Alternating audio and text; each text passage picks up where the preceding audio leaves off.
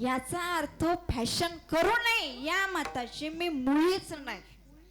बदलत्या जमान्यानुसार माणसाने नक्कीच बदललं पाहिजे. फॅशन ही माणसानं केलीच पाहिजे, पण त्या फॅशनला काहीतरी लिमिट असावं, काहीतरी प्रमाण असावं. या फॅशन बद्दल एक हिंदी कवी फार सुंदर वर्णन करतात. फॅशन चाहे जितना कर लो,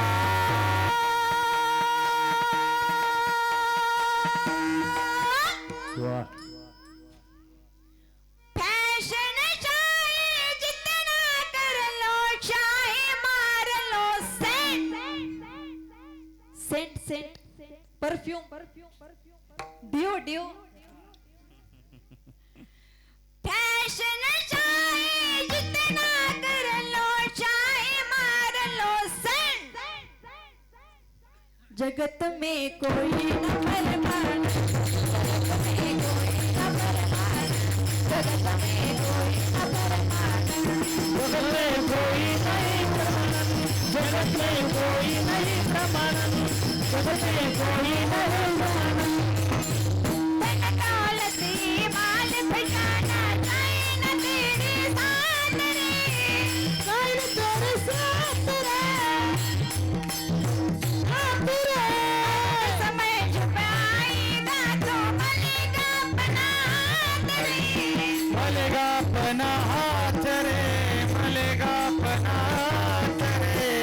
न तेरा उजड़ जाएगा,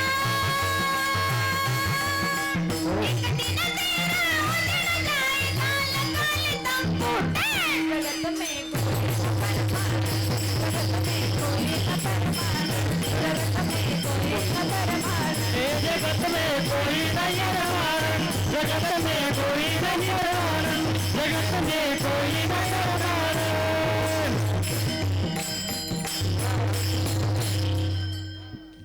टाळी टाळी.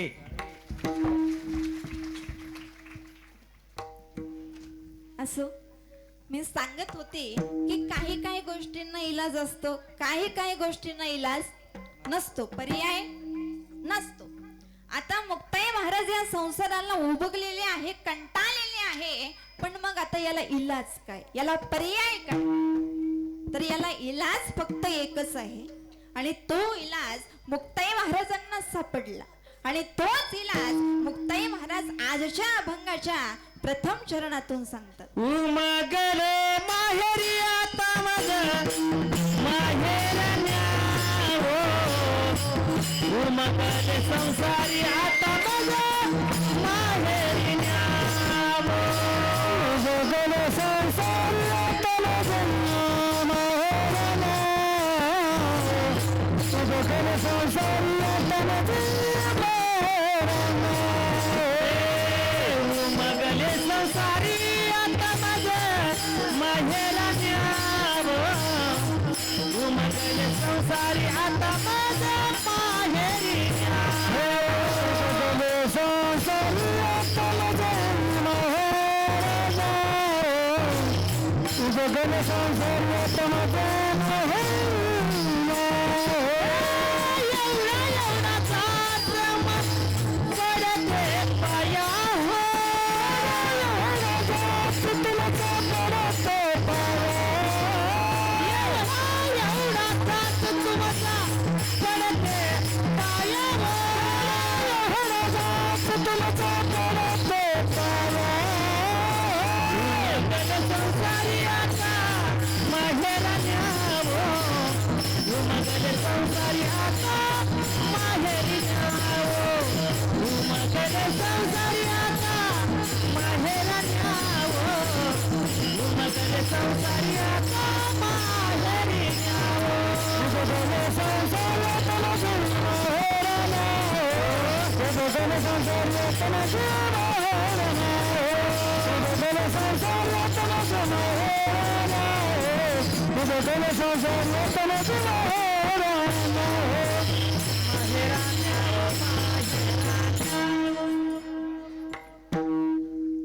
उबगले संसारा मजला कोणी माहेरासी न्याओ, चुकवा एवढा जाच तुमच्या पडते पायाओ. महाराज म्हणतात की मी या संसाराला उबगलेली आहे, कंटाळलेली आहे, म्हणून कुणीतरी मला माझे माहेराला न्या. आता या ठिकाणी एक प्रश्न निर्माण होतो की मुक्ताई महाराज माहेरालाच का नाहीला सांगतात? तर त्याचं कारण आहे. काय कारण आहे? माहेर आणि सासर यांच्यामध्ये फरक आहे. माहेर आणि सासर यांच्यातील फरक मी तुम्हाला सांगते, ध्यान देऊ नये का? तुम्ही ऐकताय ना? पण तुमचं लक्ष आहे ना? पण नाही तर काही काही माणसं बसलेली असतात कीर्तनात आणि लक्ष असतं कुलपावर. एकदा एक मावशी कीर्तनात माझ्या समोर बसल्या आणि बसल्या बसल्या सारख्या झटके मारायच्या. 2-3 मिनिटं झाले की झटके मारायच्या, 2-3 मिनिटं झाले की झटके मारायच्या. मी म्हटलं मावशी शेळी बांधायची विसरली का? मावशी म्हणाल्या नाही नाही महाराज शेळी बांधली. म्हटलं मग वासरू बांधायचं विसरला का? मावशी म्हणाल्या नाही नाही महाराज वासरू बांधलं. म्हटलं मग कुलूप लावायचं विसरलं का? मावशी म्हणाल्या अहो महाराज शेळी बांधली, वासरू बांधलं, कुलूप लावलं, कुलपाला झटका पण मारला, पण म्हटलं पण काय झालं? पण अगोदर कडी लावली का अगोदर कुलूप लावली हेच माझ्या ध्यानात येईना. म्हटलं मावशी अगोदर जर कडी लावलेली असेल तर ठीक, पण अगोदर कुलूप लावून नंतर जर कडी लावलेली असेल तर राम राम राम राम राम राम राम.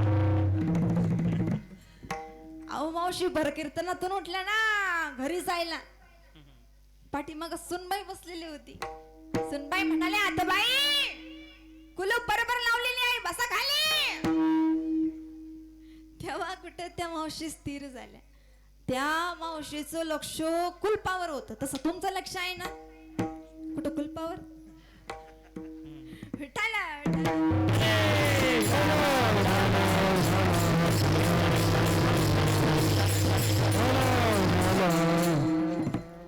माहेर आणि सासर यांच्यातील फरक मी तुम्हाला सांगते.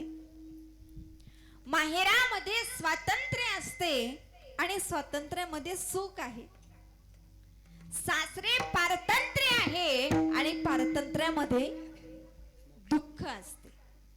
स्त्रीला आवडावं माहेर, स्त्रीला आवडावं माहेर, पण स्त्रीने राहावं ते सासरी.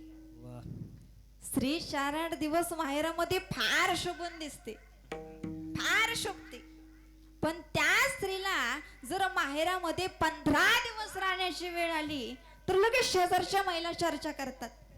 काय करू गो ती बबी अजून इथंच दिसती, बबी आली तुझ्या घरी खायला. म्हणून स्त्रीला आवडावं माहेर, पण स्त्रीने राहावं ते सासरी. स्त्रीला सासर मिळाल्याशिवाय माहेर नाही. तिचं लग्न झालं, ती सासरी गेली तरच तिला माहेर, तरच माहेराला किंमत. बिना लग्न झालेली मुलगी कधी म्हणते का हो मी माझ्या माहेरी आहे, मी माझ्या माहेरात राहते? नाही, ती म्हणते मी माझ्या बापाच्या घरी राहते, मी माझ्या बापाचं खाते, माहेर नाही. स्त्रीच्या जीवनामध्ये 2 गोष्टी फार महत्वाच्या आहेत. एक स्त्रीचा जन्म आणि दुसरा स्त्रीचा मृत्यू. स्त्रीचा जन्म हा तिच्या माहेराने घेतला, तसा स्त्रीचा मृत्यू हा तिच्या सासरने घेतला. स्त्रीचा जन्म हा तिच्या माहेरात शोभतो, तसा स्त्रीचा मृत्यू हा तिच्या सासरमध्ये शोभतो. स्त्रीच्या माहेरामध्ये तिच्या लग्नाचा सोहळा होतो, तिच्या लग्नाची पालखी उचलल्या जाते ती माहेरमध्ये. तसं स्त्रीच्या सासरी तिच्या अंत्ययात्रेचा सोहळा होतो, तिच्या अंत्ययात्रेची तिरडी उचलल्या जाते ती सासरी. असा फरक स्त्रीचा माहेर आणि सासर मध्ये आहे. विठाला विठाला